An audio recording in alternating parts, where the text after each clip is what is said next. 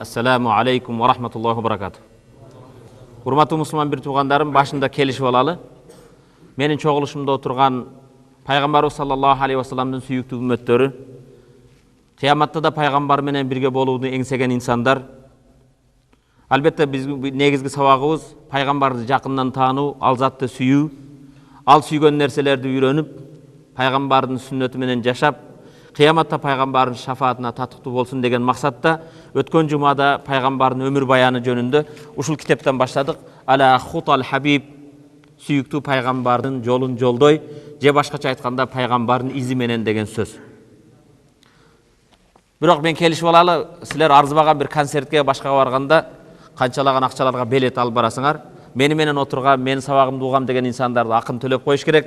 Төлөсүн деген кезде молдеке ушуга да акча сурайбы экен деп эгиле. Албетте мени менен отурган инсандар менин сабагымды акысын төлөш, ал пайгамбарыбызга бир салават айтуу менен баштайбыз. Саллаллаху алейхи ва саллам. Негизги сабагыбыз да ушул темада кетет.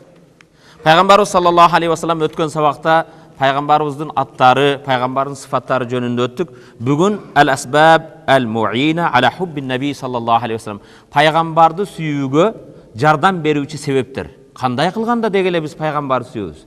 Канткенде аны сүйө билебиз.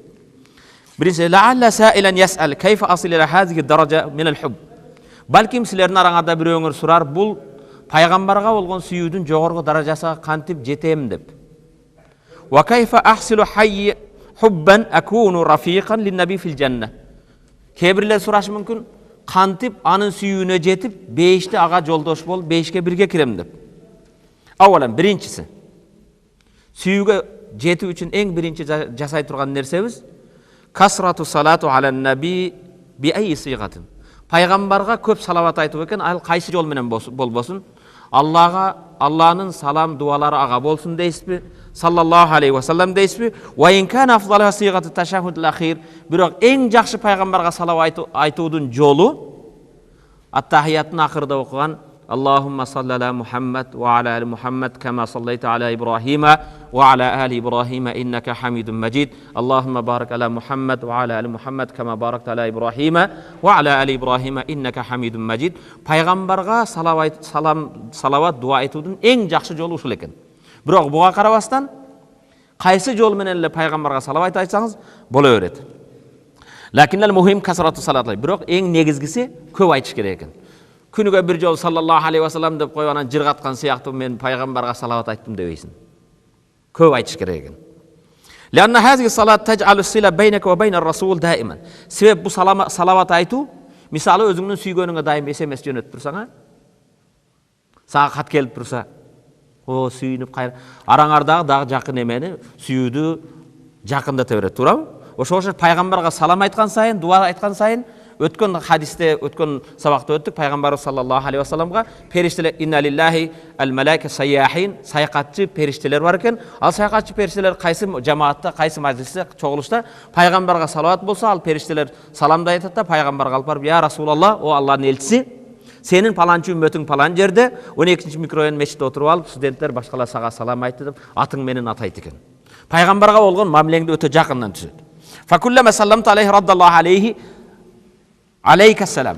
Радда алейка салам. Ар салам айткан сайын Аллах табарaka ва тааланын пайгамбары өзүнүн хадисинде айткандай, Аллах таала пайгамбарыбызга рухун берип, пайгамбар сизге саламыңызга эмне кылат экен? Алейк айтып жооп берет. Биринчиси эмне экен?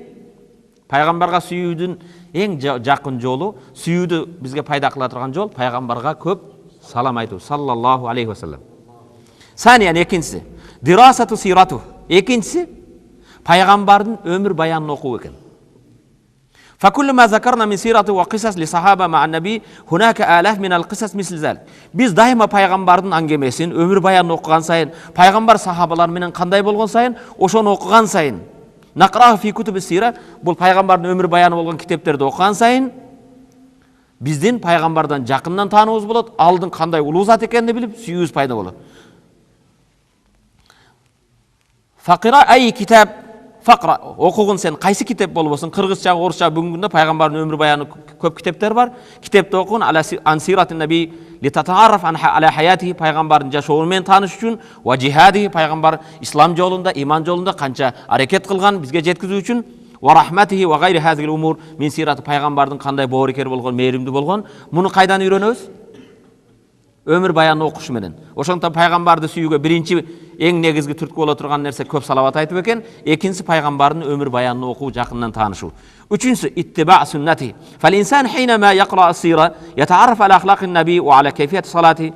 Ар бир адам пайгамбардын өмүр баянын окуган сайын, пайгамбар кантип намаз окуган, пайгамбардын кулук мүнөзү кандай эле, ва аля муамалати, пайгамбардын мамилеси кандай болгон. Файтабби хаза фи хаятихи, ошол үйрөнгөн нерсесин жашоонда ишке ашырат. Менин пайгамбарым мындай кылган экен. Ва хинама я'лам аннаху кана ла ягтаб ахадан. Мисалы, пайгамбар эч кимдин артынан сүйлөбөйт экен, жамандабайт экен. Эч кимдин артынан гыйбат кылбайт экен. Фала ягтаб хуа ал-ахар ахадан. Сиз уккандан кийин сиз дагы менин пайгамбарым бирөөдү жамандаган эмеспи? Мен да пайгамбардын үммөтүмүн, эч кимдин артынан гыйбат кылбаймын, жаман сөз айтпаймын. Гыйбат деген сөз эмне? Гыйбат деген зикрука ахака фи ма якра. Менин кандай ошетте отурган бардык мусулман бир туугандарым, сенин жогуңда сенин бир сыпатыңды айтсам, ошого сен капа боло турган бир сыпатыңды айтсам, ал гыйбат болот. Эгер сенде жок сыпатты айта турган болсом, ал доомот болот. Бир адамды пайгамбар саллаллаху алейхи ва салламдын аялдарынын арасында Сафия бинт Ухияй деген энебиз бар эле. Сафия энебиз өзү негизи яхудилерден, еврейкалардан. Бирок Сафия энебиз өтө кооз сулуу болгон. Пайгамбарыбыз кээде Сафия энебиздин сулуулугун башкасын айтканда, Айша энебиз күндөрдүн бири пайгамбарга айтты: "Кафака аннаха касира." Анын бою годелек, кыска дейт. Анын кыскалыгы жетишпей, ошону мактай бербейсиңби дейт. Сыпат, бизде кээде өзүбүз айтып коебуз, мен эмес гыйбат болбосун, сыпатын айтып коеюн дейбиз да. Пайгамбар деле, пайгамбардын жанында Айша энебиз, Сафия энебиз айтат, бою кыска го анын дейт. Туурабы? Ошондо пайгамбар саллаллаху алейхи ва саллам: "Я Айша, лакад култи калиматан лау музижат бимаил бахр." Эгер, Айша, сен бир сөз айттың. Эгер ошо сен айткан сөздү деңиз, океандардын сууна таштаса, ошо сууларды булгап салат эле дейт. Ламазажатку дейт. Эгер, Айша, сен бир сөз айттың, ошо айткан сөзүңдү деңиз, океанга таштаса, осунун сууну булгайт эле дейт. Кара, жөн эле кыскалыгын айтты. Биз бул ошогонду канча айтабыз? Биздин чогулуштарыбыз дайым ушуну менен өтөт, туурабы? Паланчынын көзү андай экен. Сен көзү менен ишиңби, сен жараттыңбы? Бою менен ишиңби, килограмм менен ишиңби? Ошондуктан пайгамбар саллаллаху алейхи, мисалы, пайгамбар эч кимди не кылган эмес экен? Гыйбат кылган эмес. Фаттибаа сунна лейса амран шаккан. Пайгамбардын сүннөтү менен жашоо кээ бирлер ойлогондой өтө кыйын нерсе эмес. Өтө оор нерсе эмес. Ва иннама амрун сахлун ясир. Ал өтө жеңил, оңой иш. Иза кама бихил инсан факана хуснул хулк. Сахлул муамила. Пайгамбардын кулук мүнөзү менен жашасаң, мамилең жакшы болот экен. Кулук мүнөзүң оңдолот экен. Фаяхза бихуббуруллахи ва расулих. Жөн эле ошо мамилең оңдолбостон, Алланын сүйүүнө, пайгамбардын сүйүүнө жетишет экенсиң. Пайгамбардын өмүр баяны менен, пайгамбардын адеп ахлакы менен жасасаң, сени Аллах сүйөт экен. Пайгамбар сүйөт экен. Фаякуну ма'ан наби фил жанна. Кудайым буйрса, ал пайгамбардын мүнөзү менен, пайгамбардын мамилеси менен жашаган адам бейиште пайгамбар менен бирге болот. Ва хази хиял гаял узма аллати ятаманнаха ал-муслим. Мусулмандын жашоодогу эң жогорку максаты, үмүтү бейиште пайгамбар менен болуу. Же башка үмүтүңөр барбы? Кана пайгамбар саллаллаху алейхи ва салламдын жанында болсок, мындан артык эч бир үмүт деле жок. Рабиан, пайгамбарды сүйүүгө жардам бере турган төртүнчү нерсе зиярату мадинату. Нас'алуллах ан ян'ама аля жами'ил муслимин би зиярати мадинати расул саллаллаху алейхи ва саллам. Төртүнчү пайгамбарды сүйүүгө түрткү боло турган нерсе пайгамбардын киндик каны тамган, пайгамбар өскөн, пайгамбар жашаган Мадина менен Меккени зиярат кылуу экен. Аллахым барыңарга насип этсин. Кереметтүү пайгамбарыбыз саллаллаху алейхи ва салламдын мечитин, пайгамбарыбыз туулуп өскөн Меккени зиярат кылып, ажамадарын аткарып келүүдү. Изан, значит, тактап айтканда 4 нерсени аткарсак, пайгамбардан жакындан сүйө алат экенбиз. Биринчиси, касрату салат алейхи, пайгамбарга көп салават айтуу, саллаллаху алейхи ва саллам. Экинчиси, дирату сирату, өмүр баянын окуу. Үчүнчүсү, иттибаа суннату, анын сүннөтү дегенде Намаздагы эле сүннөт эмес, жашоодогу бала менен болгон мамилеси, аялдар менен болгон мамилеси, базардагы мамилеси бардык пайгамбардын кулук мүнөзүн үйрөнүү сыйра, ал пайгамбардын сүннөтү болот. Андан кийин иттиба сүннаты дедикпи? Төртүнчүсү зияраты Мадинаты пайгамбардын шаарын зиярат кылуу. Насаллаллаху алазим. Аллах Тааладан суранарым, менин жамаатыма, бизди угуп аткан жаштар баарыбызга ошо пайгамбардын сүйүүдү насип этсин. Пайгамбарга көп салават айтууду, пайгамбардын сүннөтү менен жашооду жана пайгамбар саллаллаху алейхи вассаламдын туулуп өскөн жерин жана динге кызмат кылган шаарларын зиярат кылып баарыбызга насип этсин. Бул темабыз эмне эле? Пайгамбарды сүйүүгө түрткү боло турган негизги нерселер дедик. Ал-алим кабла наби. Пайгамбарыбыз саллаллаху алейхи вассаламдан мурдагы алам, жер шарындагы акыбал кандай эле? Кээ бирлер отуруп алып бүгүн "Вай паланчынын баласы эскичеге берилип кетиптир" дейт. Кайсы эскиче? Эскичени кармалып алыптыр. Бүгүн ар бир жаштар Европага, Америкага барып окууну эңсеп шилекей аккандай бир заманда бардык Европа, Американын адамдары мусулмандардан илим алсак, ошолорго барып окусак, Бухарадан, Самаркандтан, же болбосо Багдадтан, Куфадан, ошол эле Мадина, Меккеден окусак деген үмүттөрү бар эле. Ал кезде мусулмандар Аллах табарак ва тааланын Курандагы биринчи буйругу оку деген буйрукка амал кылып илим окуган. Алар кечеги күндүз окуган. Ошол кезде алар мусулмандардан окусам деп үмүт кылат эле. Эми караңыздар, алам пайгамбарыбыз саллаллаху алейхи вассалам жөнөтүлбөстөн пайгамбар боло элек кезиндеги иннана надрус сиратын наби мин ажли саласата умур хамма. Биз пайгамбардын өмүр баянын 3 негизги маселе үчүн окуйт экенбиз.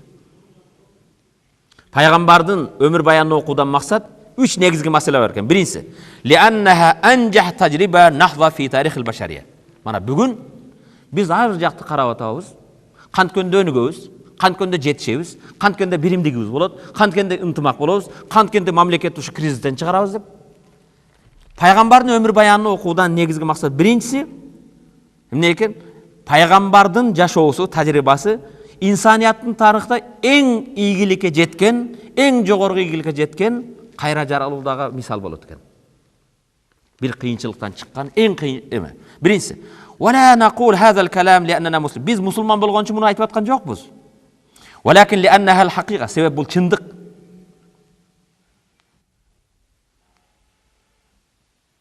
Кээ бирөөлөрүн өчүрүп койгула, эгер зор келсе. Ана печкени эме койсо эле болот экен. Карагыла. Факат улида ятиман фи сахра Макка. Пайгамбар Меккенин чөлүндө жетим төрөлдү. Туурабы? Кабинеттеги эменди өчүрүп кой. Печканы. Пайгамбар кайда төрөлдү? Элестеткин 14 кылым мурда Мекке чөл, караңгы.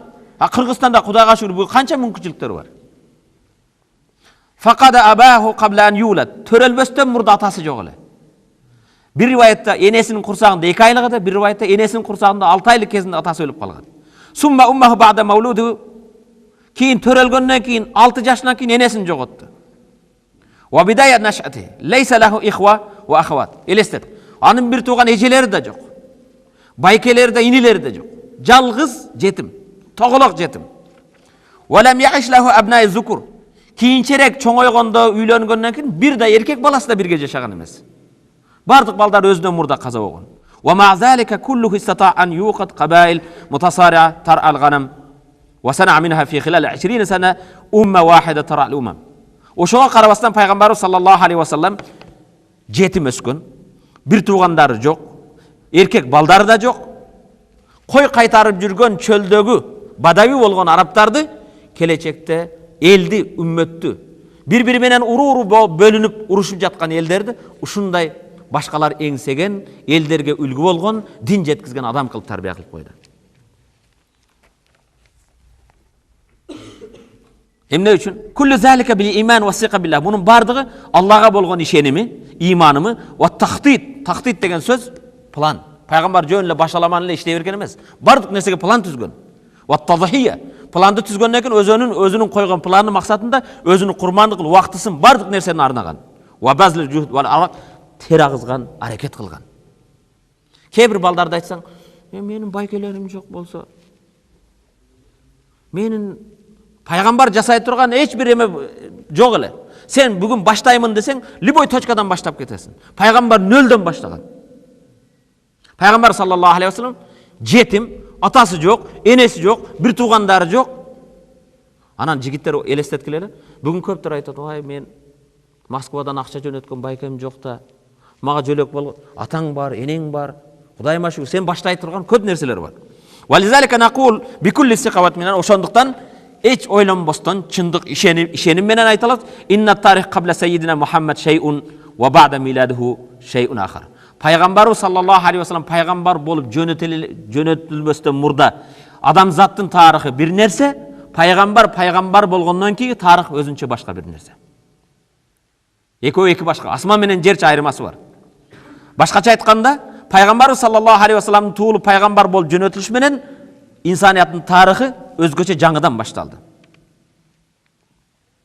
Ва ма та'ламул гарб ал-бахс ва танқиб. Ал кезде бүгүнкү биз айтып аткан батыш, изилдөө, ой жүгүртүү, муасатал жухт, аракет эч нерсени билбейт эле, бир гана пайгамбардын тарыхынан, өмүр баянынан үйрөнгөн. Инсаниятта бүгүн инсандар көп жетишкен нерсе ошо пайгамбардын өмүр баянынан алынган сабактар. Факташаф Америка вакташафу тариq ража салих. Андан кийин Америка ачылды, башкалар ачылды. Ва таалламу мин сирати кыйматул хуррия вал хак вал адл ва сават. Пайгамбардын өмүр баянынан эркиндик кандай улуу нерсе экен, адилеттүүлүк, чындык, теңдик деген бул бардык пайгамбардын өмүр баянында бар. Ва мталал алим бил масажид. Бүгүнкү күндө пайгамбардын өмүр баяны, пайгамбар келгенден кийин дүйнө жүзү мечиттерге толду. Пайгамбардын чакырыгы менен, пайгамбардын тарбиясын алган сахабалардын, табииндердин даваты менен. Тарфа нидаиллахи би салат фи жамил авqat абр al-layl ва нахар. 24 сааттын ичинде жер шарында ар бир жерде токтобостон азандар айтылат. Азыр биз шам окудук. Бизден 5 мүнөт күн башка жерде 24 саат сайын, ар минут сайын, секунд сайын жердин айланысында азан токтобойт. Азан токтогон күнү кыямат болот. Эч жерде азан токтобойт. Малайин нас тахуж ва та'тамир. Миллиондогон адамдар жылына хажга барат, умрага барат. Ва тасум ва тафтир. Миллиондогон адам бир убакта ороза кармайт, бир убакта ооз ачат. Бир айда. Ким тартипке салды муну? Фаман аллази ястати тавхид al-миллиарат. Ким миллиарддаган адамдарды бир тартипке, бир азанда, бир кыблага карап, бир Куран ким муну эме кылат? Куллу азим арафа тарих кана мухаддад al-asr. Сиздер билген, тарыхты окуган, шилекейиз аккан, дүниеде өткөн улуулар, даңазасы, атак даңкы чыккандар өзүнүн бир тармакта гана белгилүү болгон. Бал татадаал ахжаму инда qadami Rasul sallallahu aleyhi ve sellem. Balki dünyadagi eng belgilүү улуулар пайгамбардын кадамына да арзыбай калат. Эгер салыштырма жүргүзсө, الذي استطاع أن يعلم أصحابه والمسلمين بعضهم كيف يوازنون بين المادة والروح. Ал пайгамбар өзүнүн үммөттөрүнө бүгүн биз кээде динди түшүнбөгөн кезде кээде рухка берилип болсак мадданы таштап коебуз. Пайгамбар материал менен рухту, мадда менен, дене менен рухту бирдей тең салмактуу кылып алган. Ва алламул башария ахлак ва фадаил. Инсаниятка адеп ахлакты, кереметтүүлүктү, адамгерчиликти үйрөткөн пайгамбар саллаллаху алейхи ва саллям. Биринчи пайгамбардын өмүр баянын окуудан максатыбыз эмне экен? Пайгамбардын өмүр баянын окуудан максат биз өзүбүзгө кудва үлгү катары алабыз экен. Себеп ал ааламдагы эң өзгөчө, ийгиликке жеткен, кайра жаралуудагы эң чоң мисал экен бизге. Экинчиси иттихазул кудва ал-хасана. Экинчиси пайгамбарды өзүбүзгө үлгү тутуу үчүн окуйт экенбиз. ولن يجد مسلم أفضل من سيرة النبي يقتدي بها في حياته على اختلاف أحوال وتقلبات الأوقات. Вакыттын кандай болбосун, ахвалын кандай болбосун, жашоодо пайгамбардан өтөрөөк, пайгамбардан жетиширээк, пайгамбардан улуураак үлгү таба албайт экенсиң. Кандай кыйынчылык болбосун, кандай кененчилик болбосун. Мисалы, настати анналмис фи хаяти сайидина Иса, масалан, мисалы Иса пайгамбарды үлгү тутабыз десек, Иса пайгамбарды элестеткиле. Иса пайгамбарды үлгү туталабыз, жаны биз зухд вар вара. Дүниөгө берилбегендик, өтө таквалык жөнүндө. Лакиннана бирок ла наджид фи хаятил убува. Бирок Иса пайгамбар ата болгон эмес. Ата катары үлгү тута албайсың. Ва заужия же эри катын болгон эмес, аялы болгон эмес анын. Үй бүлөгө келгенде Иса пайгамбар сага үлгү боло албайт. Лянна лам ятазават себеп ал үйлөнгөн эмес. Вала наджи фи хаяти шахсия хаким. Ошондой эле Иса пайгамбар дайым башкалардын астында, башкалардын өкүмү менен жашаган. Өзү өкүм кылып, өзү падыша болуп жашаган эмес. Аны бирөөдүн кол астында, бирөөдүн өкүмү менен жашаган катары үлгү тута аласың, өзү падыша болуп башкарган катары үлгү тута албайсың. Ли аннаху лам яхкум, себеп ал падыша болгон эмес. Насат анналмис фи сайидна Сулайман. Сулайман пайгамбарды билесиздер, а? Бир салават айтайлык саллаллаху алейхи вассалам. Сулайман пайгамбарды үлгү тутабыз десек, шахсия хаким адил, адилеттүү падыша экен. Адилеттүү башкаруучу. Ал-гани, аш-шакир, шүгүр кылган эң бай адам болгон. Лакин ана бирок ошо бай болуп башкарган кезде Сулайман пайгамбарды үлгү тутабыз десек аткарат экен, бирок лан наджи фи хаяти шахсия ал-махкум мустад'аф ал-факир. Бирок Сулайман пайгамбар факир, кембагал болуп, айласыз болуп, бирөөдүн үстүнөн өкүм кылынып жашаган эмес. Атасы пайгамбар Дауд пайгамбар өзү эң бай, башкаларды башкарган, бирөө тарабынан башкарылган эмес ал. Кембагал болуп жашаган эмес. Амма Сайидна Мухаммад алейхи пайгамбарыбызды карагыла. Факат таваффарат фихи жамил атрафил башари. Инсанияттын бардык тармактан муктаж болгон нерсе бар. Факадаша махкуман, бирөөдүн өкүмүнүн астында жашаган. Курайштар башкалар башкарып. Ва хакиман, өзү башкарып да жашады. Даифан, айласы жок, кээде жашынып дават кылып жүрдү. Ва кавиян, жеңип башкаларды башкарып жашады. Факиран ва ганиян мухарибан, башкалар менен салгылашып, ва мусалиман, тынчтык келишим менен жашады. Ва муахидан, башкалар менен келишимде жакшы тынчтыкта жашады. Факана ни'мал кудва, пайгамбар эң жакшы үлгү болду. Ала кулли хал, бардык тармакта. Юзи фаясбир, пайгамбарга ыза берген кезде сабыр кылат. Пайгамбардын укугу тепселген кезде не кылды? Сабыр кылды. Ядхулу Макка фатихан мутавадиан хафизан раса. Меккеге пайгамбар саллаллаху алейхи вассалам 10.000 сахаба менен туулуп өскөн жеринен чыккан кезде Каабага карап ыйлап, элиң чыгарбаса мен чыкпайт элем деп Кааба менен коштосуп ыйлап чыгып кетет. Бирок канча жылдан кийин, 8 жылдан кийин пайгамбар саллаллаху алейхи вассалам 10.000 аскер менен жеңип келет. Кече эле пайгамбарды кыйнап сахабаларын өлтүргөн адамдарга келгенде пайгамбар текебир болбостон башын жерге басып кичипейил болуп кирип келет. Ошондойбу? Лейса хаммуху ан янтасир ли нафси. Пайгамбардын максаты жеке өзү үчүн жеңишке жетүү эмес. Иннама тантасир даъвату. Пайгамбардын максаты, анын койгон дааваты, анын дини максаты жеңишке жетиш керек. Өзүнүн жеңишин алдыңга койгон эмес. Яжу фаярбитул хаджар вал хаджран ала батнихи. Өтө ач калган кезде пайгамбар тамак жери жок, курсагына 2-3 ташты байлап алат. Бир ташты, 2 ташты байлайт. Мин шаддатул жу, ач калыктан. Аша радиян ан раббихи фи кулли хал. Кандай ач болсун, ток болсун, Аллах Тааладан разы болуп жашайт. Бүгүн кебирлер кече жума сабагында айттым. Арзымаган сүйгөнүнө жетпесе өзүнө өзү асам дейт. 6-чы этаждан таштайм дейт. Ойлайт, ошону мен кутулам дейт. Дозокко барасың, абади дозокто каласың. Уучем дейт. Ичмектен ич. Кыяматта дозокто да уучесиң. Ошону менен азапталасың. Ла ябтурухул наср. Жеңгенде, жеңдим деп мынтип текебир болуп калбайт. Бой көтөрбөйт. Вала юнсихил аф вас-самах. Пайгамбар эч кечиримдүүлүктү унуткан эмес. Вала тунсихил хазима маани сабр ва рida.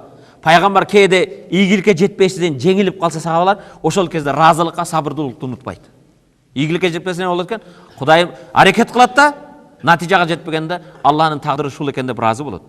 Хузима жайшуху фи Ухуд ва кусират рубаияту. Пайгамбар Ухудта солдаттары бираз жеңилишке жетти, жеңилиште батасыр болбойт. Бираз башаламан болду. Пайгамбардын кашка тиштери сынат. Важуру хасабу, сахабалары канча жаракат алды. Ва кутила баъзум, 70 сахаба Ухудта каза болду.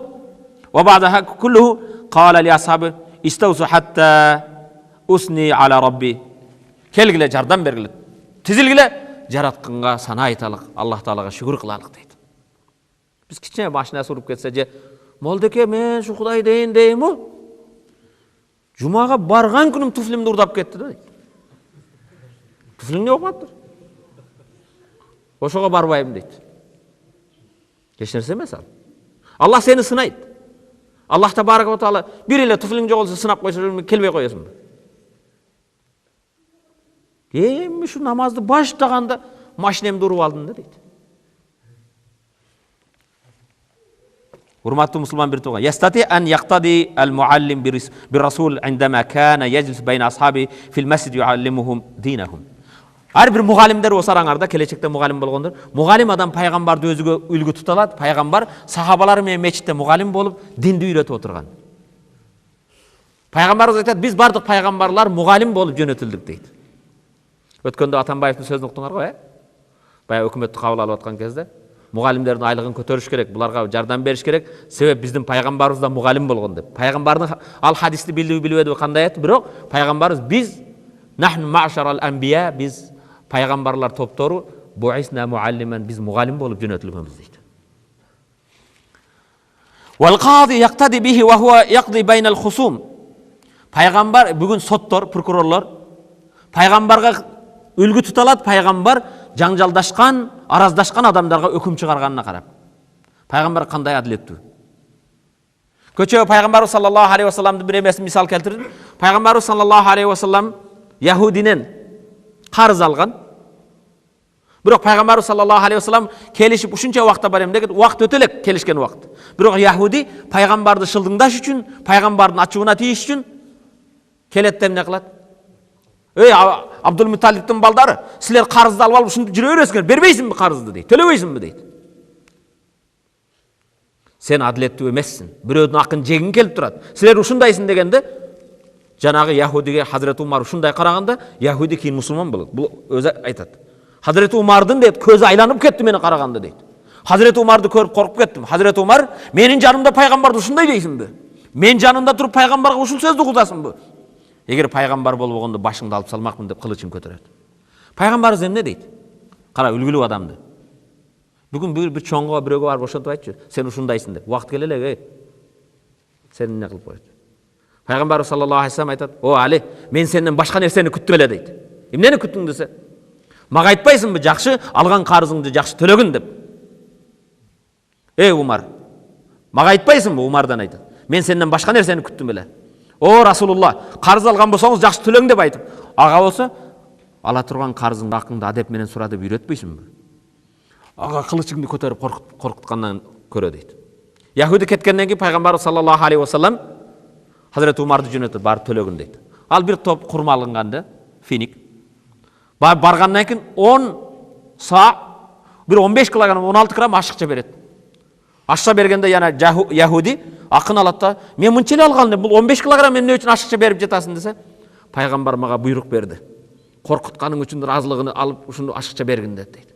Мен сени коркутуп коюпмун, кечиресиң дейт.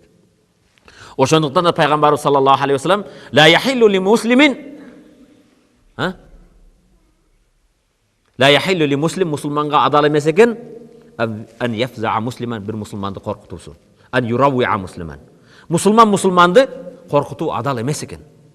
Коркутпаш керек экен. Биздегилерчи жашынып алып, алдынан чыга калып, кечеси бирөө, бул болбойт экен мусулман. Коркутуу не экен? Ислам динибизде халал эмес, адал эмес, рухсат берилбейт экен. Кыйын болуп бирөөдү коркутпагыла. Жөн Кудай тооба деп, истигфар айтып, тооба айтып жүргүлө. Kullu javanib hayatuhu kanat mudi'a ha'ira ala darajatil kamal bashar. Paygambardын жашоонун кайсы тармагын албагын жарык берген, бизге жакшы багыт берген, эң кооз жашоо экен. Вализалик, ошондуктан да qala fihi rabbil azza, Аллах Таала кереметтүү Куранда Ахзаб сүрөсүнүн 21-аятында laqad kana lakum fi rasulillahi uswatun hasana liman kana yarjullaha wal yawmil akhir wa zakarallaha kaseera. Laqad kana lakum fi rasulillahi uswatun hasana. Силер үчүн албетте о мусулмандар, силер үчүн пайгамбарда эң жакшы үлгү. Uswatun hasana. Ким үчүн? Liman kana yarjullah. Ким Аллахдан үмүтү болса. Wal yawmil akhir, ахиреттен үмүтү болса. Алланы көп зикир кылууда, эскерүүдө биздин үлгүбүз, кумирибиз ким экен? Аллах Куранда Ахзаб сүрөсүнүн 21-аятта силер үчүн жекичан деген жок. Силер үчүн ким үлгү экен? Пайгамбар саллаллаху алейхи вассалам. Же жанагындай бийчилер, же ырчылар эмес экен. Биздин үлгүбүз, кудва, кумирибиз пайгамбар болуш керек экен саллаллаху алейхи вассалам. Биринчи окууда негизги максат, үчүнчүсүгө келдик. Камалul азама ва шумулиха. Улуулуктун бардык тармагын өз ичине алган. Камалиддин не екен? Камал ал-азама. Улуулуктун толуктугу, эч кемчилиги жок. Бардык тармактан улуу. Кейбир адамдар улуу болсун мен күчтүү, жага чабат. Бирок адеп ахлакта нөл. Кейбирлер машалла адеп ахлакта өтө жакшы. Бирок күч жок, айла жок. Чумо. Кейбирлер машалла динде эмеде өтө жакшы. Үй бүлөдө нормал бир эмеси жок. Пайгамбарыбыз саллаллаху алейхи ва саллям эмеси: "Ма мин машхурин арафаху ан-нас илля ва хува мутамайиз фи нахия вахида мин навахил азама." Мисал карагыла, көңүл бургула. Кайсы силер билген улуулар өтө кыйын болгондор, даңа атак даңкы кеткен, мисал Шекспир. Мисалы фи майдан китабы, ал жазуучу, белгилүү, туурабы? Наполеон болсо аскер башчы, Гандичи саясатчы, Вольтер ой жүгүртүү пикир физикабы? Вал-вахи булар мисал Шекспир жазуу эмес-ти, бирок уруш майданында жок. Ошол Наполеон болсо аскер башы башка болгон, бирок бул акын болгон эмес, же бир кудайга ибадат кылган бир эмес жок. Валакин al-wahid allazi jama'a nawahi azama bayna al-jami' huwa Rasul sallallahu aleyhi ve sellem. Бирок улуулуктун бардык тармагынан алган, бардык улуулуктун бардык тармагы табылган белгилүү ал Мухаммад саллаллаху алейхи ва саллям. Батыштын бир жазуучусу al-uzama 100, улуулар 100 деп бир китеп жазган мондай. Улуулар канча экен? Улуулар 100 дейт дагы изилдөө жазып туруп, дүйнөдөгө өткөн бардык белгилүүлөр жазат да, ошонун улуулар 100 деген инсафтуу батыштык жазуучу биринчиси пайгамбарыбызды койгон. Экинчиси Абу Бакыр, Умар, Усман. Ленин ондон наракта калып кеткен. Түшүнүңөрбү? Улуулар 100 деп тур, биринчини ким коюптур? Пайгамбарыбыз саллаллаху алейхи. Qila fi azamati akhlaqihi ma ghadiba li nafsi qat. Эми карагыла. Пайгамбардын мүнөзү жакта улуулугунда пайгамбар бир да ачууланбап, жеке өзү үчүн эч бир ачууланбаптыр. Wa ma intaqama li nafsi qat, өзү үчүн эч кимден өч алган эмес экен. Кандай муктаждык да? Бүгүн бир мындай эмек койсо, мен өч алмайынча коюп, ал шашпа, мен көрсөтөм сага. Арзыбаган нерсеге эме болуп кетесиң, ачууланат. Ма казаба qat, 63 жыл жашап бир жол калп айтпаптыр. Кейбир адамдар бар бүгүн. Мен пайгамбардын үммөтүмүн дейт. Кейбир дагы аты пайгамбардын атын койгон, пайгамбарлардын атын койгон. Ал адам жалган таппаганда чын сүйлөйт. Калп сөз таппай калганда чын сүйлөйт да. Ушундайлар бар. Кудай сактасын. Пайгамбар өмүрүндө бир да وذات مرة دخل عليه عبد الله ابن سعد ابن أبي صرح يظهر الإسلام ويبطن الغدر. Күндөрдүн биринде Абдулла ибн Саад ибн Аби Сарх деген яхуди кириптир. Бирок бул лицемер, мунафик экен.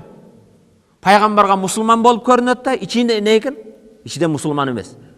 Ошо эң жаман нерсе. Кафирдан да мунафик жаман. Мунафик деген эки жүздүү. Аллах Таала Кур'ан-ы Керим «Иннал мунафиқина фи даркил асвали минан нар». Дозоктун эң тереңинде мунафиктар болот дейт. Кафирди билесиң, ал имансыз, ал сенин диниңде эмес. Бирок сенин диниңде болуп алып, кыйын болуп отуруп алып, иштен чыккан жат жаман деген ошо да. Мунафик динге пайдасы эмес, аны зыяны. Ошо бул кирда. Бул ким экен? Абдулла ибн Саад ибн Аби Сарх деген. Бул мусулман болуп көрүнөт, ичинде не экен? Кыянатчы. Пайгамбар муну билет. Кыйла мину قيل منه قبل منه نبي صلى الله عليه وسلم وبعد خروجه قال لأصحابه Пайгамбар кабыл алды анда. Киргенден кийин чыгып кеткен пайгамбар айтты: "Лима тарактумуху ядхул алайя." Эмнеге мага киргиздиңер муну? Киргизбей эле койсоңор болмок эле. Бул мунафик эле деди. Эмнеге мага киргиздиңер деди. "Qala law awma'ta ilayna ya Rasulullah." O Allah'ın elçisi bizge avma'ta деген има ишарамда ишарат берип койгонуңуз эле биз өзүбүз билет элек деди да. Көз менен мындай белги берип койбодуңузбу деди. "Law asharta ilayna bi'aynika", көзүңүз менен бизге ишарат кылганыңызда "la fa'alna laka ma shi'ta", каалаганыңызды биз аткарып коет элек деди. Пайгамбар эмне деди? "Ma kana lin-nabiyyi an takuna la kha'inatul a'yun", пайгамбардын көзү кыянатчы болбош керек dedi. Пайгамбардын көзү кыянатчы көз болбойт dedi. Ай мындай ишара кылып болбойт. Урифа наби кабла би'сад ва рисала бис-садиq al-amin. Пайгамбар болуп жөнөтүлө элек кезинде 40 жашта пайгамбар болгон. Ага чейин пайгамбардын душмандары Меккедеги бардыгы пайгамбарды чынчыл, аманатчыл деп тааныйт эле. Паланчы ким десе, мисалы биздин арабызда сураса, ким десе, баягы боксер дейт. Же баягы тижаратчы дейт. Пайгамбарды Мухаммад с.а.в дейт. Анын эң белгилүү аты не экен? Чынчыл, аманатчыл. Ма ахлафа бa'дан. Эч уада каймаккан жок. Бир айтат, болуптур, уада эртең жолугабыз дейт, күтө бересиң да. Saat 2'ye çakırsan 5'te келет. Uada bekem turu. وَمَا ضَرَبَ شَيْئًا بِيَدِهِ إِلَّا مُجَاهِدٍ. Пайгамбар жихаттан ташкары, жихат бая ислам үчүн, мекенди коргоо үчүн урушкандан ташкары эч кимди кол менен урган эмес экен. Айванды да, инсанды да. وَبِقَدْرِ عَظَمَةِ أَخْلَاقٍ كَانَ عَظِيمًا فِي السِّلْمِ وَالْحَرْبِ. Пайгамбар ошол мүнөзүнүн бийиктигинен тынчтыкта да, салгылашууда да кандай болбосун дайыма эң улуу инсан болгон. Пайгамбар аялды эч кол көтөргөн эмес. Аялга эч кол көтөргөн эмес. Жана айттым, аял эмес, адам, айван, мужахид, жихаттан ташкары эч кимге кол көтөргөн эмес. Бүгүн кээ бир мусулмандар машалла намаз жайында, орозо жайында аялдын көзүн көгөртө коет. Десе эркек да. Кыйын болот. Астагфирулла. Пайгамбарыңа ыктыда кыл.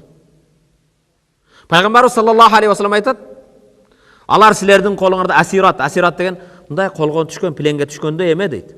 Аларга мээримдүү бол. Истаусу бин-нисаи хайра. Аялдарга менин жакшы насаатымды кабыл алгыла дейт. Аялдарды Алланын ысмы менен адал кылып алдыңар дейт. Алланын ысмы менен аласың да, туура. Атасы ал деп эле белек кылган жоксуңа. Кел нике кыйып Алланын ысмы менен адал кылып алдыңбы? Кол көтөрүп ага. Алланын аманатына кыянат кылба. Ушетте отургандарыңарга азыр келип, мен мына китебимди Камалидин сизге аманат, Алланын ысмы менен аманатка сактап бер десем, Камалидин жакшы сактайт да, жыртып салабы же. Же бир жерин чийип салабы. Ошондой эле никеде Алланын ысмы менен аласың. Ол Алланын аманаты. Бул менин аманатым болсо, никелеп алган аялың Алланын ысмы менен сага келген аманат, ага кыянат кылба. О эркектик аны урганда эмес. Пайгамбар саллаллаху алейхи ва саллям эр-жигит ким дейт? Аччууну баскан эр-жигит дейт. Бирөөдү талкалата койгон деген жок. Ким көзүнө көгөрсө ал ошо жигит деген жок. Пайгамбарыбыз эмне экен? Кана азима фи силм вал хам. Кала ба'да газватил хандак деген салгылашы болгон. Акоп казуу. Ошондан кийин пайгамбар айтат: "Ал-ана нагзуху ва ла ягзуна." Мана акопты каздык, биз аларга азыр кол сала алабыз, алар бизге кол сала албайт. Ва хия калима тадулла ала сиату ру'яти сиясия. Пайгамбар саясий көз карашы өтө алысты көрө билген. Ва кана аввал абидин ал-хашин. Бир гана адеп ахлакта эмес, ибадатта Алладан коркондой эң улуу инсан болгон. Ярка ва якул. Пайгамбар руку кылат эткенде рукудан эмне дейт? Хаша алака сам'i ва басари. Сага башиды, угуум, көрүүм. Ва мухи, менин мээлерим, тамырларым, ва азми, сөөктөрүм, ва асаби, бардык тамырларым, нервтерим. Аллахым сенден коркот дейт. Рукуда субхана раббиял азимден ташкары, кээде нафил намаз окуганыңарда фарздан ташкары не кылсаң болот экен? Хаша алака сам'i ва басари. Эй жараткан Аллахым, сага көзүм да, угуум да, мээлерим да, нервтерим да, сөөктөрүм да башийды. Раваху Муслим, имам Муслим риваят кылган хадис. Буларды айтсаң болот экен. Саждаларды айтсаң болот. Кыргызча айта бер, таба албасаң. Аллахым, сен үчүн ийлем, бир гана эмес, бар акылым, жүрөгүм. Ва язил ябки ва ябки хатта ташфак алейхи сайида Айша. Пайгамбар саждада туруп ыйлайт. Сайда Айша небиз боороруп кетет. Пайгамбар саждада намазда ыйлаган сайын. Кебирлер айтат: "Мага болду экен аркасына ыйлайт, бу эмне болуптур, а? Кеше жумада эмнеге ыйлады бу?" Ыйлагандык Аллах табарак ва таала жүрөккө ошо биздин жүрөктөрүбүз таш болуп калгандай. Биз эмнеге ыйлайбыз? Акчага жетпей калсак, машинеге жетпесең, сүйгөнүңө жетпесең, Алланын рахматын үмүт кылып, азабынан коркуп, кээде отуруп, бир бурчта бөлмөңдө отуруп, Аллах мага мынча өмүр берди. Мен Аллахым сен үчүн эмне кылдым? Пайгамбар алып келген динге эмне кылдым? Ата-энеме кандай кызмат кылдым мени чоң айткан? Аллахым менден разы болосунбу? Ошолорду элестетип биле алдыңбы? Пайгамбар саллаллаху алейхи вассалам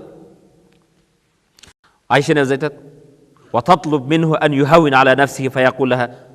Ой, Расулуллах, өзүң бир аз карашы. Көп ыйлаба, өзүңдү кыйнава десе пайгамбар айтат: "Афала акуну абдан шакура?" Аллага шүкүр кылган менде болбоймбу? Аллах мага пайгамбарлык берсе, мындай Аллага шүкүр кылам дейт. Кээ бирлерде шүкүр кыл десең, бир балам калбай баары өлүп калса кайга шүкүр кылам? Пайгамбардын перзенттери өзүнөн мурда өттү. Жетим өссөм кайга шүкүр кылам деши мүмкүн. Ваqa tahta hukm a'da'uhu allazina a'dawhu wa qatalu ashabahu faqala lahum. Пайгамбар Меккеге келгенде 10 000 сахаба менен келген, пайгамбардын жакындарын өлтүргөн, пайгамбардын сахабаларын өлтүргөн душмандар колго түштү. Пайгамбар эмне дейт? Изхабу fa antum tulaqa. Бара бергиле, силер бошсуңар, кете бергиле дейт. Пайгамбар уктап жатса бир кафир келет да, кылычты алып пайгамбардын мойнуна такайт. Пайгамбар ойгонсо мынтип турат: "О Мухаммад, мени сенден ким куткарат?" дейт. Колго түштүң дейт да. Пайгамбар карап туруп: "Аллага болгон ишеним, Аллах мени Аллах куткарат" дейт. Аллах, чын жүрөктөн чыккан Аллах. Кафир кол титиреп колдон кылыч түшүп калат. Биз кээде отуруп алып, жаңы ракета чыгыптыр Америкада. Россияда дагы бир эме вертолет экен эме. Махлук бенде жараткан нерсени улуулай берсең, дей берсең, көзүңдө сенин бардык жашооңдо ошо нерсе улуу болот да, жараткан Аллах Тааланын азаматын, улуулугун жоготуп коесуң. Күндөрдүн биринде Хаджаж ибн Юсуф с.а.в деген өткөн. Хаджаж залым падыша өткөн. Залым ушундай эме экен, ташбоор экен да. Хаджаж ибн Юсуф с.а.в шундай залымдыгынан az-zahib ilayhi mafqud. Хаджаж бирөөдү мага келип кетсин десе, барган адам жоголот экен да, кайра келбейт экен. Вала айду минху маулуд, андан кайра тирил келсе, өлбөй келсе, маулуд деп бу жаңы төрөлдү деп буга жаңы той өткөзүп берет экен. Ой, сен бары өлбөй келдиң, кандай өлбөй калдың эй? Күндөрдүн биринде Хаджаж жолдо баратат да. Жолдо басып баратса, 10 жашка толо элек 9 жашардагы бала жолдо турат. Жана бала карайт да: "Ой бала, Куран билесиңби?" "Алхамдулилlah, Куран жат билем" дейт. "Кана Куран окуп берчи" дейт. Хаджажга жанагы 9 жашар бала карап туруп: "Аузу биллахи минаш шайтанир ражим. Алхакумут такасуру хатта зуртумул мaqabir." Мен көбүнчө ушул аятты окуганда ыйлайм. Алхакумут такасур. Такасур деген малым көп, бийлигим көп, балам көп деп мактанып жүрүп, алхакум ошо нерсе силерди өлтүрөт. Хатта зуртумул мaqabir, мүрзөгө барганга чейин мактанасыңар. Калла сауфа та'ламун. Антып мактанба. Ошо мүрзөгө барганда билесиң. Сумма калла сауфа та'ламун. Дагы эскертет. Андай эмес, анан билесиңер. Ла таравуннал жахим. Ал кезде дозокту көрөсүңөр. Ошондо мактанышты билесиңер. Бу бала жөнүнөн окуган жок.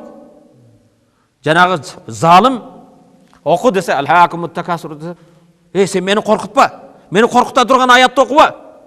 Ага айтып атат, сен байлыгыңа, бийлигиңе, башкаңа аймак аласың. Мүрзөгө барасың сен да. Ошондо дозокту көргөндө көрө. Окуганда Хаджаж титиреп кетет да, жанагы балага айтат: "Мага дейт, коркута турган аят эмес, сүйүнчүлөрдөн оку" дейт. "Сүйүнчү болгон бир жакшысынан окубайсыңбы" дейт. Ошондо жанагы 10 жашка толо элек 9 жаштагы бала: "Аузу биллахи минаш шайтанир ражим. Иза жаа насруллахи вал фатх ва раайтан наса ядхулуна фи диниллахи фажа." Асла аятта ядхулуна деген аят. Иза жаа насруллахи вал фатх, качан Аллахтын жардамы келсе, жеңиш келсе, ва раайтан нас адамдарды көрөсүң, ядхулуна фи диниллахи фажа, Аллахтын диниге топ-топ кирет деген аятты жанагы жаш бала яхруджуна мин диниллахи фажа, Аллахтын дининен топ-топ чыгат деп окуп коет. Ядхулуна деген кирет деген ордуга яхруджуна чыгат деп окуп коет. Хаджаж залым падыша айтат: "Ядхулуна ам яхруджун." Киришеби чыгышабы десе, жала бала карап туруп айтат: "Пайгамбардын убагында адилеттүү падышалардын, адилеттүү өкүм сүргөн адамдардын убагында кирет эле, сага окшогон адилетсиз залым келгенде адамдар динден качып калды" дейт. Жаш балага падыша кол көтөрө алабы? Айтат: "Мунун атасын мага чакырткылачы" дейт. "Бир сазайыны берейин" дейт. Атасын чакыртат.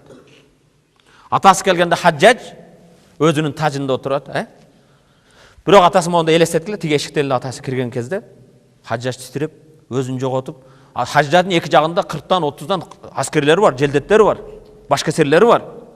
Бирок Хаджаж ошондо тургандар биринчи жолу Хаджаждын өзүнү жоготконун көрүп, титиреп, жанагы аксакал келгенде, келиңиз деп жайына отургузуп коет. Отургузуп, кош кызмат дейт. Чакырган экенсиң, келдим дейт. Эмне максат? Эгер сөзүң болбосо менин убактымды алба дейт. Бир аздан кийин кечирим сурап чыгарып берет. Чыгарып бергенден кийин адамдар кызыктуу да. Хаджажды бу кантип коркутту? Бу Хаджажга кеткен өлөт эле, кайра келген төрөлөт эле. Бу Хаджаж биринчи жолу өзүн жогот дейт, аркасынан чурка барып жанагы аксакалды карап бир экөө үйрөнүп алайын дейт да. Шабашка кылам дейби? Кээ бир молдекелер окшоп, жолуңду ачып берем, дем салам дегенде чурка барып, кайсы дуаны окуп келдиң сен дейт. Эмнеге десе, ал өзүнү жоготуп коркуп калды, биз да ошону окуп жүрөлү дейт. Мен дуа окуган жокмун дейт. Мени Хаджаж чакырган кезде мен жүрөгүмө өмүрдү берген Аллах, рызкымды берген Аллах, жанымды ала турган Аллах, Аллахнын улуулук кудретин Аллах Таала каалабаса, жер шарындагы адамдар топтолсо да мага зыян жеткизе албайт. Аллах кааласа, бардыгы жардам берсе коргой албайт. Аллах дос болсо эч ким душман боло албайт. Аллах душман болсо эч ким дос боло албайт. Өмүрүмдү берген, жанымды берген Аллах. Аллахнын азаматын, улуулугун жүрөгүмө орнотуп келдим да, Халик жаратуучуну мен келгенде махлук өзүнү жоготуп койду дейт. Ошо жүрөгүбүздө Аллахнын улуулугу жок бизде. Аллахны жүрөккө орнотсоңуз, Аллах ким? Халик, жаратуучу. Жүрөккө жайгашкан кезде жаралгандар жөнүнө коркуп калат. Туура, баарыбыз бир ал чындык бетте отурган баарыбыз мүрзөгө барабыз. Мүрзөнө эч ким бияка келбейт. Падышаң да, башкаң да барып айтчы. Ошо залым Сталин каякта азыр? Ленин каякта? Жаңа айтылган Наполеон каякта? Чирип жок болду. Ошондуктан бетте эң негизги нерсе биз жүрөгүбүзгө Аллахнын улуулугун орнотуу. Аны Пайгамбарыбыз саллаллаху алейхи вассалам бизге не болот экен? Үлгү болот.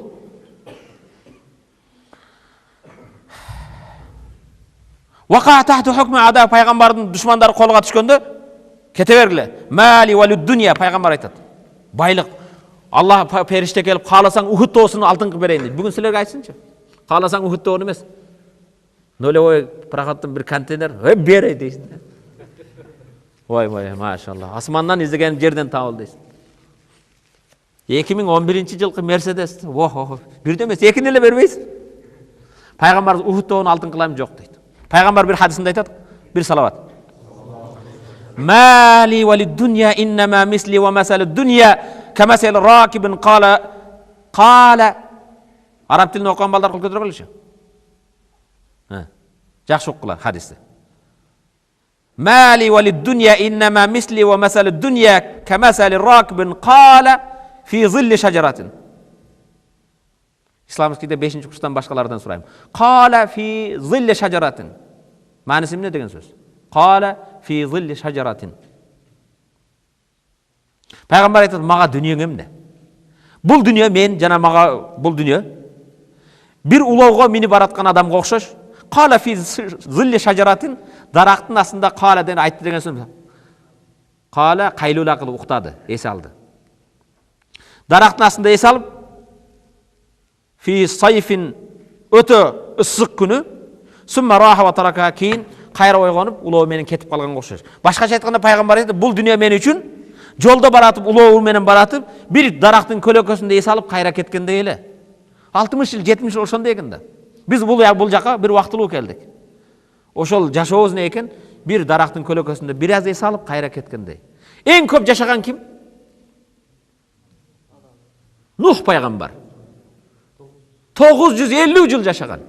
Нух пайгамбар эң өмүрү узун болгон. Бирок ошо Нух пайгамбарды кийин сураган дегенде, "Кайфа важатта дунья ал-хая", жашоодо бул дүнүйө кандай экен десе, 950 жыл жашаган Нух пайгамбар айтат, "Важатту дунья каанна дарун лаху бабан, дахалту мин баб ва харажту мин баб". Бул дүнүйө бир эки эшиги бар үйгө окшош экен. Бирөөсүнөн кирип эле экинчисинен чыгып кеттим дейт. 950 жыл жашаган Нух пайгамбар бул жашоо эки эшиктүү үйгө окшош экен, биринен кирдим, экисинен чыктым дейт. Анда сен немең эмне? Салих пайгамбардын үммөттөрү 250 жылга чейин жашайт экен. Канча? 200дөн эң азы 200-200дөн жогору жашайт экен. Ошондо Салих пайгамбар өзүнүн үммөтүнүн өзүнүн жашоосуну аз эсептегендей болгон кезде Салих пайгамбарга ой сенин өмүрүң 200 жылдан көп, келечекте Мухаммад келет, Мухаммаддын үммөтү болгону 60 менен 70 арасында жашайт деген экен. Канча менен? Пайгамбар айтты, менин үммөтүм жашоо көбүнчө 60 менен 70 арасында. 70тен өткөндөр өтө аз. 30%, 20%, Аллаху алам.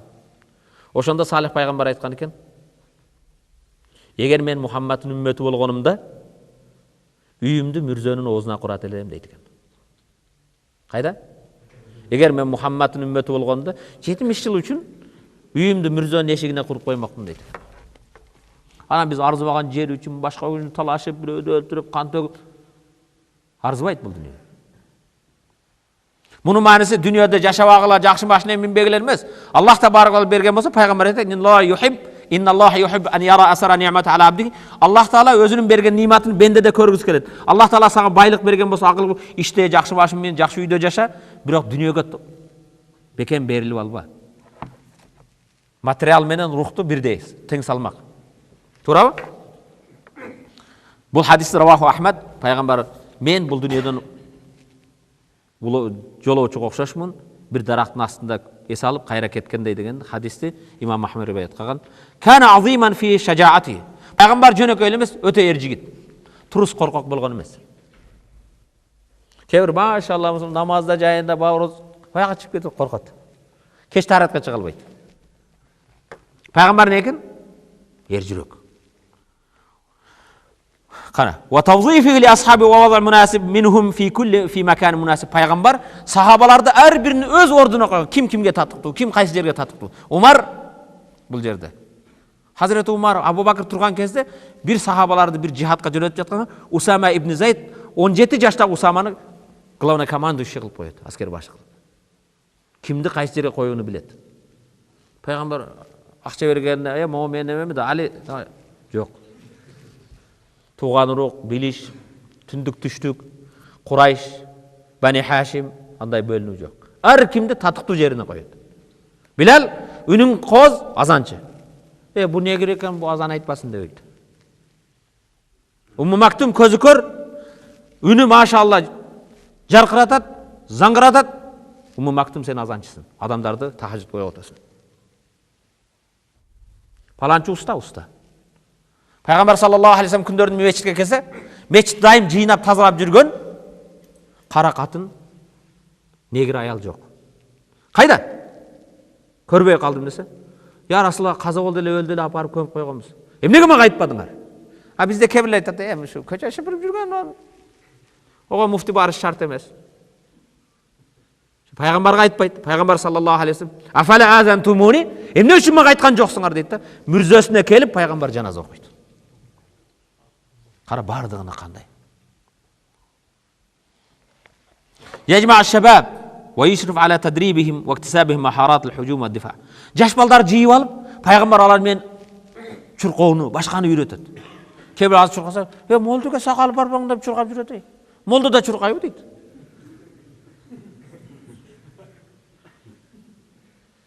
Мага кебирлер айтыр, молдолор да машина минеби дейт. Анан мен жөө жүрсүнбү? Сен дарат албаган минсең болот, мен минбешим керекпи? Мен сенден да жакшыны минишим керек. Сен дарат албай кыйын болосуң. Пайгамбар саллаллаху алейхи вассалам Абдулла, Убайдулла сахабаны тизет да, дагы жаш балдарды тизет да, өзү алыска туруп, "Ким чуркап келсе ага моундай белек" дейт. Сахабалар чуркайт. Биринчи келгенде айткан белегини берет. Сахабалар чуркап келип пайгамбарды кучактап алып, кебирлери пайгамбар аны өт аларды. Пайгамбар аларды тренировка кылдырган, үйрөткөн. Ва хунака васф ба'дан кала Аллаху фих. Ва хал хунака лейса хунака васфун ба'дан кала. Эми биз канчалык айтпайлык, Аллах таала ушу сөздү айтып койгондон кийин Алламды жараткан Аллах пайгамбарды ушундай дейт. Ва иннака ла ала хулукун азим. О Мухаммад, сен эң жогорку мүнөз, эң жогорку адеп эссиң дейт. Адеп ахлакта сен эң жогорку чокуда, сага жетер эч ким жок дейт. Муну ким айтты? Эми андан кийин биз сүйлөп эмне кылабыз? Эгер Аллах таала ошондой деген болсо. لا يرقى الإنسان سماءك بعدما أثنى على أخلاقك الخلاق. Mana Arapların bir şairi. لا يرقى إنسان سماءك بعدما أثنى على أخلاقك الخلاق. Жаратуучу сенин мүнөзүңө сана айткандан кийин сенин бийиктик асманыңа эч бир инсан сана менен жете албайт. Сөз жок да. Бактоо. Ажма алейхи ал-аду ва садиq. Кара. Кээде досторуң сени мактайт. Дамла кандайсың? Нормальный бар. Көрө албагандар. Кайшанда угасың? Оны мен жакшы билем. Бирок Пайгамбарыбыз саллаллаху алейхи вассаламга келгенде, пайгамбарга душмандары да, достору да бир санада айткан. Кээде досторуң мактайт, душмандарың сенин мактабайт да, кемчилигиңди айтат. Бирок пайгамбарга да душмандар да кемчилик айта алган эмес. Кандай? Kullu man yata'ayash ma'a sirati yazdad lahu hubban. Карагыла. Пайгамбардын өмүр баянын окуган, өмүр баяны менен жашаган адам пайгамбарга сүйүү ашып келе берет экен. Пайгамбарга болгон сүйүү көбөйөт экен. Эмне үчүн десе, кама ахаббаху сахабату. Себеп сахабалар бирге жашап кандай көп сүйгөн болсо, пайгамбардын өмүр баяны менен жашаган адамдар сүйүүсү көбөйөт экен.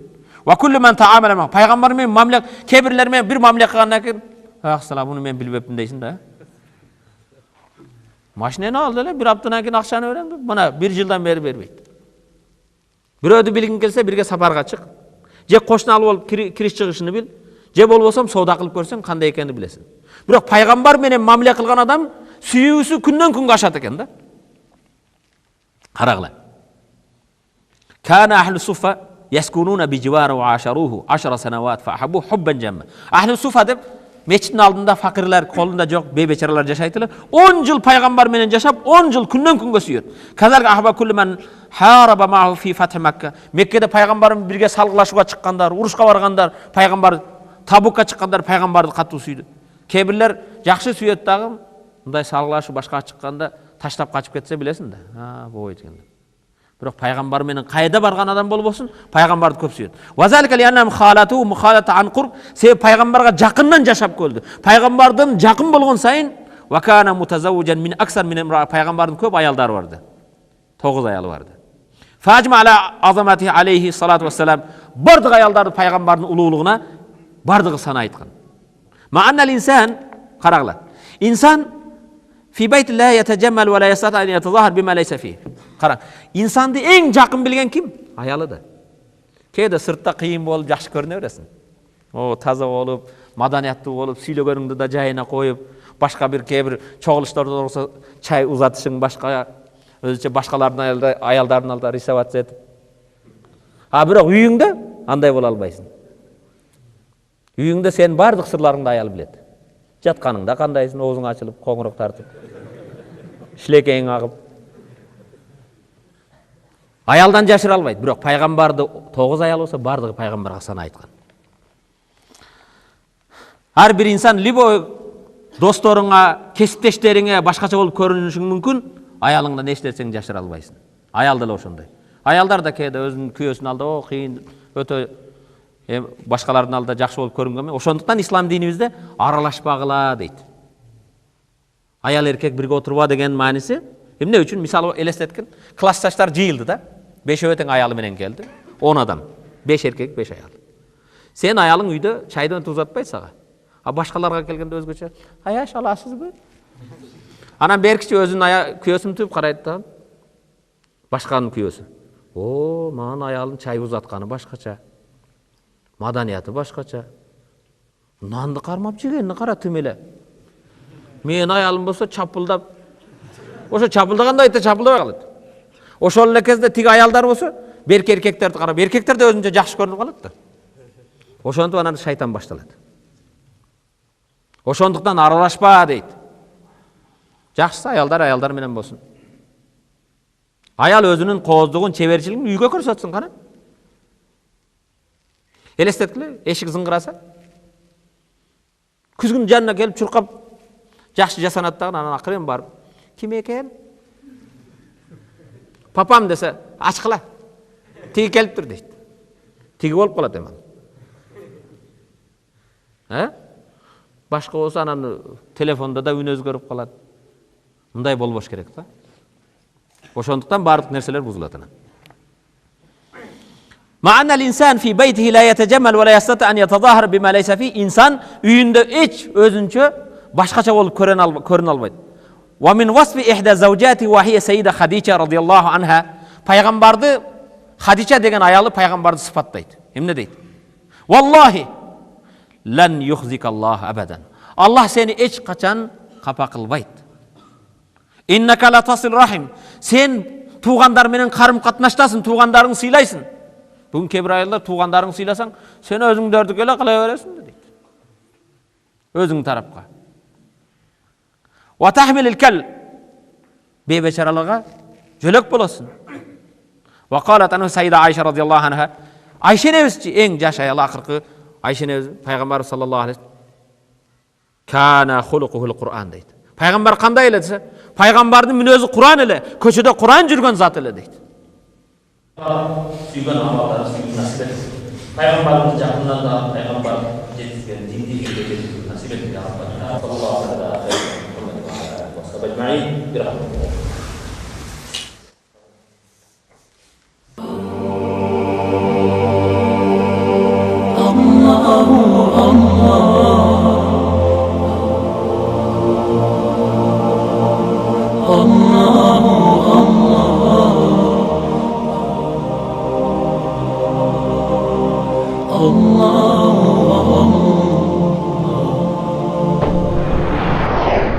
بسم الله الرحمن الرحيم